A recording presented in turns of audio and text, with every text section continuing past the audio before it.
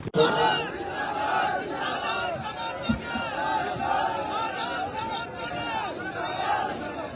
बहुत धन्यवाद सम्मानित प्रदेश अध्यक्ष जी। आज मिल्कीपुर विधानसभा में हमारे लोकप्रिय प्रत्याशी भाई सूरज चौधरी जी की इस चुनावी सभा में मुझे आने का मौका मिला।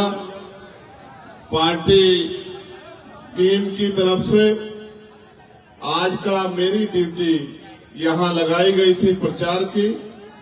इसके लिए मैं भाई सूरज जी का, यहां की जिले मंडल की टीम का बहुत बहुत धन्यवाद करता हूं। मैं अपनी बात को शुरू करने से पहले सभी धर्मों में जन्मे सभी संतों, गुरुओं और महान पुरुषों को भी नमन करता हूं। ये मिल्कीपुर के चुनाव का इंतजार हमें बहुत दिन से था कि मिल्कीपुर में चुनाव होगा और हम उस चुनाव में भाई सूरज चौधरी जी को दमखम से लड़ाएंगे। हालांकि मैंने कम समय दिया, लेकिन हमारी पार्टी के सभी सम्मानित नेतागणों ने, हमारे जिले, विधानसभा मंडल, प्रदेश की टीम ने यहां लगातार मेहनत की है। इसलिए मुझे भरोसा है कि मिल्कीपुर का चुनाव आजाद समाज पार्टी बहुत बड़े अंतर से जीतेगी, ऐसा मेरा विश्वास है। क्योंकि भाई सूरज चौधरी लंबे समय से, विगत 15 सालों से इस मिल्कीपुर विधानसभा के लिए दिन रात मेहनत कर रहे हैं। आज भी इतने ऐतिहासिक जनसमूह आप लोग यहाँ इस जनसमूह के रूप में उपस्थित हुए हैं। हमारी बाईं तरफ हमारी माताएं बहनें बैठी हैं, सामने नौजवान शक्ति और सम्मानित बुजुर्ग बैठे हैं, प्रिय भाई बैठे हैं, मंच पर पार्टी संगठन के सम्मानित नेतागण बैठे हैं, मीडिया के भाई और पुलिस के साथियों का भी भरपूर सहयोग मिल रहा है। सम्मानित साथियों, अभी आपके बीच में एक घटना घटी कि एक हमारे सेना के जवान को अपनी पीड़ा रखनी पड़ी। हालांकि आप ये जानते हैं कि हम सभी की समस्याओं को उठाने का काम करते हैं। ये मुझसे पटना में मिले थे, मैंने इनसे कहा था कि जब सेशन चलेगा मैं आपकी समस्या को सरकार के सामने जोर शोर से उठाऊंगा। लेकिन क्योंकि अभी सेशन शुरू नहीं हुआ, 31 तारीख से सेशन चलेगा, तो मैं पूरी कोशिश करूंगा कि इनकी समस्या को उठाया जाए। हालांकि ये हमसे बड़ी उम्मीद करते हैं, ये इसलिए हमारी रैली में पुणे चले आए कि हमें याद दिलाया जा सके कि भाई इनकी बात को उठाना है। लेकिन ये नहीं जानते कि हमें तो हर चीज याद रहती है। हमें तो हर गरीब, किसान, कमजोर, नौजवान, महिलाओं, बुजुर्गों और प्रदेश की हर समस्या में हमारा ध्यान रहता है और रोज मीडिया के माध्यम से उन बातों को हम लोग कहते भी रहते हैं। आज जब मैं यहाँ पहुंचा हूँ तो आप और मैं जानते हैं कि उत्तर प्रदेश में किस तरह के हालात हैं, उत्तर प्रदेश में किस तरह के हालात बने हुए हैं। उत्तर प्रदेश में कल प्रयागराज में जहां महाकुंभ हो रहा है, वहां भगदड़ मच गई। भगदड़ मचने से कई लोगों की जान चली गई, बहुत सारे लोग घायल हैं, अस्पतालों में बेड नहीं है, दवाइयां नहीं है। मुख्यमंत्री जी अपनी नाकामी छिपाने के लिए मीडिया को डांट रहे हैं, पुलिस प्रशासन को डांट रहे हैं। हालांकि हमें लगता था कि भाई ये कुंभ जो है 12 साल बाद, इस बार जब नाम बदल दिया था, इलाहाबाद से प्रयागराज कर दिया था, तो अब शायद हालात बदल गई होंगी। लेकिन ये सच नहीं है, नाम बदलने से हालात नहीं बदलते, इच्छा शक्ति करके हालात बदले जा सकते हैं। सरकार की इच्छा शक्ति ही हालात बदलने की नहीं है। आज हम मिल्कीपुर में हैं, आप बताओ इस मिल्कीपुर में 60-70% मकान कच्चे हैं या नहीं है? बताओ अपने आप हाथ उठाओ मिल्कीपुर वाला। ये किसकी देन है? यहाँ किसकी सरकार है? 7 साल से कौन मुख्यमंत्री है? उनसे पहले कितने मुख्यमंत्री रहे? आप ये बताओ, जिन्होंने आजादी के 75 साल बाद भी आपके कच्चे मकान नहीं देखे, आपका भूखा पेट नहीं देखा, बेरोजगारी से आपको तड़पते नहीं देखा, रोटी के लिए मोहताज नहीं दिखा, बिना इलाज और पैसे की कमी कारण मरते नहीं देखा, उनको क्या फर्क पड़ता है कि आप जियो या मरो? यहाँ चुनाव हो रहा है, सारी पार्टियां लड़ रही हैं, वो भी लड़ रही जिनकी सरकार है और जिनके पहले एमएलए थे वो भी लड़ रहे हैं, लेकिन आप कहाँ हो इस भीड़ में? कभी कोई जीतता है, कभी कोई जीतता है। आप कब जीते? आपकी बात कब हुई? आपकी आवाज किसने उठाई? सरकार पे सारे अधिकार हैं, सरकार पे सारी शक्ति है। अगर चाहते तो 3 महीने में यहाँ के सारे मकान पक्के हो जाते, यहाँ रोजगार के साधन खड़े हो जाते, इंडस्ट्रियल एरिया लग जाता, यहाँ के लोगों को वहाँ चौक पे जाकर मजदूरी नहीं करनी पड़ती, वहाँ जाके बिकने के लिए नहीं जाना पड़ता। लेकिन सरकार की इच्छा शक्ति नहीं है, और इच्छा शक्ति आज की बात नहीं है, इच्छा शक्ति तो सदियों से नहीं रही। अगर सदियों से इच्छा शक्ति रही होती तो इस देश में बाबा साहब अम्बेडकर को अपनी पार्टी नहीं बनानी पड़ती। इस देश में तमाम पार्टियों के होते, बाबा साहब अम्बेडकर ने अपनी पार्टी बनाई और पार्टी बना के समाज को संदेश दिया कि जिनका दल होता है उनमें बल होता है, और जिनमें बल होता है उनकी समस्याओं का हल होता है। अगर आप अपनी समस्या का हल चाहते हैं तो आपको अपना दल और अपना बल बनाना पड़ेगा। दल बनके तैयार है, नगीना के लोगों ने दल में ताकत भी झोंक दी है।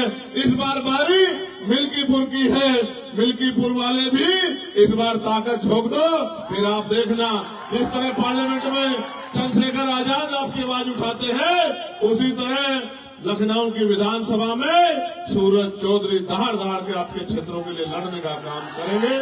इस क्षेत्र में न सड़कें अच्छी, न बिजली पानी की व्यवस्था अच्छी, न कोई पूछने वाला है, और जिस तरह से निजीकरण हो रहा है, मुझे नहीं लगता कि अगले 10 साल बाद कोई सरकारी नौकरी भी रहेगी। 400-500 रुपए की मेहनत मजदूरी करके आप मुख्य धारा में नहीं जुड़ सकते हो। मेरे लोगों जो मजदूरी कर रहे हैं उनको देख लो, घर बनाने में उनके जूते खिंच गए हैं। मुख्य धारा में जुड़ने के लिए आपको रोजगार चाहिए, पक्की नौकरी चाहिए, आपको लोन भी मिलना चाहिए जिससे आप उद्योग धंधे लगा सको, आपको अच्छी शिक्षा मिलनी चाहिए, अच्छा हेल्थ सिस्टम यहाँ बनना चाहिए। लेकिन मैं जानता हूँ ये सरकार समझती है कि अगर हेल्थ सिस्टम अच्छा हुआ तो ये जो प्राइवेट हॉस्पिटल है, यहाँ जो महंगा इलाज हो रहा है, वो इलाज कोई नहीं लेगा। जब सरकारी अस्पताल में अच्छा इलाज आ जाएगा तो लोगों की जेब कैसे काटोगे? एक तो महंगाई का दौर, ऊपर से बड़े प्राइवेट स्कूल, गरीब तो जाता सरकारी स्कूल में जहाँ पढ़ाई के नाम पे खाना पूर्ति है, और अमीर जाता है प्राइवेट स्कूल में जहाँ अच्छी पढ़ाई हो रही है। यानी कि गरीबों के आगे बढ़ने के सारे रास्ते सरकार बंद कर रही है, और आरक्षण की बात रोज करते रहते हैं। क्या करेंगे आरक्षण का जब पक्की नौकरी नहीं होगी? क्या करेंगे आरक्षण का जब सरकारी नौकरी नहीं होगी? आज तो पिछड़े वर्ग के लोग, बहुत बड़ी आबादी यहाँ रहती है, पिछड़े वर्ग के लोग अपने दिल पे हाथ रख के पूछे कि इन सरकारों ने आपको क्या दिया है? जिनकी 52% आबादी थी उनको 52% हिस्सेदारी मिलनी चाहिए थी, 52% आबादी को 12, 14, 15% हिस्सेदारी भी सही तरह नहीं मिल रही, और कोई पूछने वाला नहीं है। पहले पुलिस की भर्ती आती थी, टीचर की भर्ती आती थी, पटवारी सेक्रेटरी की भर्ती आती थी, फोर्थ क्लास की चपरासी की भर्ती आती थी। आज तो अगर कोई आता है तो बस हमारी आहें और हमारा दर्द जो हम एक दूसरे से सुनते हैं, कोई पूछने वाला नहीं है। मैं तो धन्यवाद दूंगा सूरज चौधरी का कि विगत कितने सालों से वो इस क्षेत्र की सेवा कर रहे हैं। हालांकि बड़ी पार्टियों ने उनको नकार दिया, बड़े पैसे वाले साधन वाले लोगों ने उनकी अहमियत को नहीं समझा, लेकिन आजाद समाज पार्टी मेहनत करने वाले लोगों की कदर करती है, लड़ने वाले लोगों की कदर करती है। इसलिए हमने तय किया कि भाई सूरज चौधरी जी को हम लोग मौका देंगे, और सूरज चौधरी जी यहाँ से जीत के अगर जाएंगे तो आपकी आंखों में आंसू नहीं आने देंगे, आपकी आवाज उठाने का काम करेंगे। मैं जो आपसे कह रहा था, जब मैंने इस बार कुंभ पे कुछ बात कही थी तो मेरी बात को इधर उधर किया गया, लेकिन आप तो महामंडलेश्वर बोल रहे हैं कि प्रशासन के निकम्मेपन की वजह से, सरकार के निकम्मेपन की वजह से ये घटनाएं हुई है। आज सरकार के पास उनका जवाब है मैंने तो कहा था बन चंगा तो कटौती में गंगा, यानी कि जिसका मन साफ सुथरा है उसे कहीं जाने की जरूरत नहीं है। लेकिन आप बताओ, आप तो नारा देके बुला रहे थे कि आ जाओ आ जाओ, अमृत वर्षा हो रही है, लेकिन जब ये गरीब अमृत वर्षा में गए तो इनकी जान की रक्षा भी नहीं कर पाए। मैं मीडिया के माध्यम से कहना चाहता हूं, ये हत्याएं हैं और इनकी हत्या का दोषी सरकार है, मुख्यमंत्री है।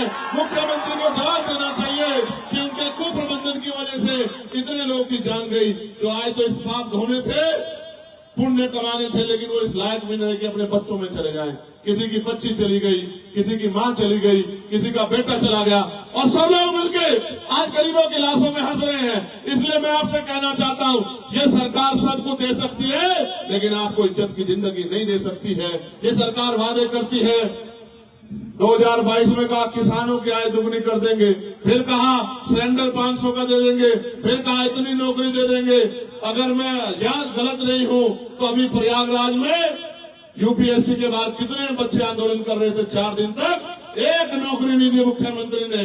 और जो भर्तियां थी 69,000 शिक्षक भर्ती का घोटाला, 20,000 पदों पर दलित पिछड़े वर्ग के बच्चों का अधिकार छीनने का काम इस सरकार ने किया। पटवारी की भर्ती में घोटाला, पुलिस की भर्ती में घोटाला, कोई पूछने वाला नहीं है। जिन गरीबों पर आज तक मकान नहीं पहुंचे उनकी हालत कैसी होगी, वो अपनी बच्चों की सम्मान की रक्षा कैसे करते होंगे। जिनका रोजगार नहीं पहुंचा वो खाते क्या होंगे और वो अपने घर को चलाते कैसे होंगे। क्या गरीब हमेशा गरीब रहेगा? क्या गरीब हमेशा अपमानित होता रहेगा? क्या इन गरीबों के लिए इनकी आवाज उठाने वाला कोई नहीं है? ये आवाज उठाने में कहीं ना कहीं चूक हमारी भी है, क्योंकि बाबा साहब अम्बेडकर तो अपने 4-4 बच्चों को कुर्बानी देके हमें वोट का अधिकार देके गए थे नहीं गए थे? ये वोट का अधिकार तो है कि राजा महाराजा बड़े बड़े कुर्ते वाले पैसे वाले आपकी गलियों में आ रहे होंगे, नहीं आ रहे होंगे? आ रहे होंगे, नहीं आ रहे होंगे? ये सोचो, अगर ये वोट का अधिकार नहीं होता, ये आपकी शक्लें नहीं देखते, आपकी बस्तियां नहीं देखते। हाल जाके देखो, निकासी नहीं है। हाल जाके देखो, गड्ढे बने हुए सड़कों में। अभी मेरी लोकसभा में देखा था, नहीं देखा था? जब अधिकारियों को मैंने गारे में बुला के दिखाया कि देखो क्या हाल है, याद है नहीं याद है? आप सोचो, जब आप में मजबूत नेता होगा तो आपकी सुनवाई होगी। मैं यहाँ बहुजन समाज के लोगों से कहना चाहता हूँ, आपने सबको मौका दिया है, एक मौका सूरज चौधरी को भी दो। भाई सूरज के हाथों को मजबूत करो, 5 तारीख को केतली का बटन दबाओ, फिर आप देखना कि 100 एमएलए वाली पार्टियां पीछे रह जाएंगी और अकेले एमएलए वाली पार्टी आजाद समाज पार्टी पूरे प्रदेश में गूंजती नजर आएगी। हर आदमी की आवाज बनेगा हमारा भाई सूरज। मैं आपसे अपील करता हूं और आपके साथ साथ अपने नेताओं से अपील करता हूं कि अगले 5-6 दिन सोना मत, ये आपकी परीक्षा है, आपकी मेहनत की परीक्षा है। मैं आपसे कहना चाहता हूं, आपने बहुत लंबे समय सेवा की है, संघर्ष किया है, उस संघर्ष को आयाम पे पहुंचाने का अवसर आ गया है। दिन रात मेहनत करो और आपका मुकाबला उनसे है जो बहुत बड़े पैसे वाले हैं, धन्ना सेठ है, जिनकी बड़ी बड़ी लेगेसी है। मगर याद रखना, काशीराम साहब कहते थे, तमन्ना अगर सच्ची हो तो रास्ते 1000 होते हैं और तमन्ना अगर झूठी हो तो बहाने 1000 होते हैं। अगर आपकी तमन्ना सच्ची है, आपका लक्ष्य सच्चा है, आपने ठान लिया है, तो कोई आपको नहीं रोक सकता। इसलिए मैं आपसे कहना चाहता हूं कि आपको मैं आपको भी पिछली बार कह के गया था, मिल्कीपुर वालों, आज फिर कह रहा हूं, जेब में फोन है, क्षेत्र में रिश्तेदारी है, 8 घंटे पेट को भरने के लिए 8 घंटे काम करते हो, मेहनत मजदूरी करते हो, और फिर ये सोचते हो कोई आपकी लड़ाई लड़े। लेकिन अपनी इज्जत की जिंदगी के लिए, सुख सुविधाओं के लिए, अच्छी पॉलिसियों के लिए 1 घंटा रोज आप भी सूरज चौधरी बनकर काम करो। फोन उठाओ, रिश्तेदारियों में फोन करो, दोस्तों को फोन करो, घर से निकलो, अपनी बस्तियों में जाओ, लोगों से अपील करो, उनसे कहो कि बटन केतली का दबाओ और अपनी किस्मत को जगाओ, अपने अंधेरे को हटाओ और रोशनी की किरण लाओ और केतली का बटन दबाओ। अगर आपने जिम्मेदारी समझ ली और आपने जिम्मेदारी समझ के काम कर दिया तो मैं लिख के देता हूं कि भाई सूरज चौधरी बहुत अच्छे मतों से जीतेंगे। लेकिन वो तब तक जो है मजबूरी में लंबे समय तक इधर उधर काम कर रहे थे, लेकिन अब वो अपने घर में आ गए हैं। और मान्यवर काशीराम साहब कहते थे कि दूसरों के महलों से अच्छी होती है अपनी झोपड़ी। बताओ इनकी मदद करोगे नहीं करोगे? बताओ इस उत्तर प्रदेश को इस सरकार से, जिसने सरकार ने गरीबों के हक छीने, उससे मुक्ति दिलाओगे नहीं दिलाओगे? क्या यहां से अपनी आवाज मजबूत कर दोगे नहीं कर दोगे? तो आज के बाद अपने आप सूरज चौधरी बन के काम करोगे नहीं करोगे? लोगों को घरों में जाके जगाओगे नहीं जगाओगे? लोगों को अपना निशान बताओगे नहीं बताओगे? इस लड़ाई को आगे बढ़ाओगे नहीं बढ़ाओगे? ये आपके हाथ में है कि अगले 2.5 साल जो उत्तर प्रदेश में 2 साल बचे वो कैसे होंगे, ये आपके हाथ में है। अगर आपने समझदारी दिखाई, आपने जिम्मेदारी दिखाई, आपने अपनी वोट का सही प्रयोग किया और अगले 4-5 दिन सूरज चौधरी बनकर मेहनत कर ली, तो मेरी बात को याद रखना कि टीवी की पट्टी पर चलेगा कि मिल्कीपुर वालों ने इतिहास रच दिया। एक गरीब के बेटे को जैसे नगीना ने सांसद बनाया था, ऐसे ही विधायक बना के असेंबली में भेज दिया। और आप याद रखना, नसीम साहब यहां बैठे, जिस दिन आजाद समाज पार्टी का एमएलए विधानसभा में गूंजेगा, अच्छे अच्छों की नींद हराम हो जाएगी जो गरीबों का अधिकार छीन कर बैठे हैं। मेरी बात को याद रखना, कोई ऐसा नहीं है, चाहे पुलिस के साथी हो, चाहे आर्मी के भाई हो, चाहे अर्धसैनिक बल हो, चाहे होमगार्ड हो, चाहे पीआरडी के जवान हो, चाहे आशा आंगनबाड़ी बहनें हो, चाहे ग्राम सेवक हो, रोजगार सेवक हो, भोजन माता हो, सबकी आवाज को पार्लियामेंट में उठा के उनकी समस्या को हल करवाने का काम हमने पुरजोर कोशिश की है। अगर ये ताकत आपने उत्तर प्रदेश में बना ली तो याद रखना कि फिर आपकी समस्याओं पे कोई जो है चुप नहीं रहेगा, सबको बोलना पड़ेगा। बताओ, जब मैं पार्लियामेंट में गया अकेला नीले पटके वाला था या नहीं था? बताओ। और इस बार कितने नीले पटके वाले देखे आपने? और अब तो गृह मंत्री नीला पटका पहन के घूम रहे हैं और विपक्ष के नेता भी जय बापू जय भीम की बात कर रहे हैं। जिन्होंने जीते जी कभी बाबा साहब अम्बेडकर का सम्मान नहीं किया, उनके रास्ते रोकने का काम किया, वो भी जय बापू जय भीम कह रहे हैं। आप समझो ये क्यों जरूरत पड़ी? क्योंकि अम्बेडकरवादी आपका अपना भाई पार्लियामेंट में चला गया है। ऐसे ही जब ये जाएगा तो इधर का माहौल भी ऐसा हो जाएगा, यहाँ भी नीले पटके वाले आ जाएंगे, यहाँ से भी मानवता की बात होगी, यहाँ भी गरीबों की बात होगी। ये जो टैक्स के आधार पर गरीबों को लूटा जा रहा है, ये टैक्स बंद होगा। और मैं आपको कहना चाहता हूँ, समय दूर नहीं है, 27 भी हमारे सामने है। आप और हमें जुट जाना है इस बात के साथ कि अब हमें उत्तर प्रदेश को किसी के भरोसे नहीं छोड़ना है। उत्तर प्रदेश की जनता को हाथ फैलाने लायक नहीं छोड़ना है, इनका हाथ मजबूत करना है, इनके फैले हुए हाथ को मुट्ठी बना के एकजुट करके रोकना है और इनके हाथ में ताकत देनी है। इनके बच्चों के लिए अच्छे स्कूल, अच्छे कॉलेज, अच्छी यूनिवर्सिटियां, उद्योग धंधे, इंडस्ट्रियल एरिया, अच्छे अस्पताल, डिग्री कॉलेज, पॉलिटेक्निक कॉलेज, और वो सब में पढ़ाई और इलाज मुफ्त होना चाहिए गरीबों का, जिससे मुख्य धारा में आ सके, पक्की नौकरी लोगों को मिले, आरक्षण सही तरह लागू हो। और जो कुशासन, मैं इसको कुशासन इसलिए कहूंगा, आपने देखा होगा गोरखपुर में 2 बच्चों को रात उनके परिवार से चित्तौड़ साहब मेरी बात हुई, वो मां कह रही थी कि सब आगे हैं, कोई मदद नहीं कर सकता, आप आओगे तभी मेरी मदद होगी। उनके 2 बच्चों को जो शौचालय गए थे, उन दोनों को मार दिया। आज 8 दिन हो गए हैं, 8 दिन। अलीगढ़ में जहां बाबा साहब की स्टैचू लगी थी, वहां रात पुलिस ने लाठीचार्ज कर दिया, सैकड़ों लोगों पे मुकदमा हुआ, महिलाओं को पीटा गया। मैं क्या क्या बताऊं आपसे, कभी संभल में मारते हैं, कभी अलीगढ़ में मारते हैं, कभी गोरखपुर में मारते हैं। यहाँ जो भी अपनी बात उठाएगा, चाहे वो दलित हो, वो मुसलमान हो, वो पिछड़ा हो, वो गरीब हो, सामान्य जाति का भी हो, उन सबको लाठियों का शिकार होना पड़ता है। मैं आपसे कह रहा हूं, इस तानाशाही शक्ति को अगर कोई रोक सकता है तो ये नीले झंडे वाले रोक सकते हैं, इनके अलावा कोई नहीं रोक सकता। उसका कारण है क्योंकि नीले झंडे वाले जहां खड़े हो जाते हैं, ये कदम पीछे नहीं हटाते। इस बार मिल्कीपुर में इतिहास लिखने का मौका आप पे आ गया है। दिन रात एक करके मेहनत कर लो तो याद रखना, दिल खुश हो जाया करेगा जब सूरज चौधरी यहाँ के मुद्दों पे असेंबली में बोला करेगा, आवाज उठाया करेगा, आपके मन में खुशी हुआ करेगी कि हमारा वोट कामयाब हो गया। वरना ये जो शक्ति बाबा साहब ने दी है, जिसको चाहे कुर्सी में बिठा दो, जिसको चाहे पटक दो, इसका कोई फायदा नहीं होने वाला जब आपके बीच के लोग चुन के नहीं जाएंगे, आपके हमदर्द नहीं चुन के जाएंगे। मैं आप सबका यहाँ पहुंचने में बहुत बहुत धन्यवाद करता हूँ।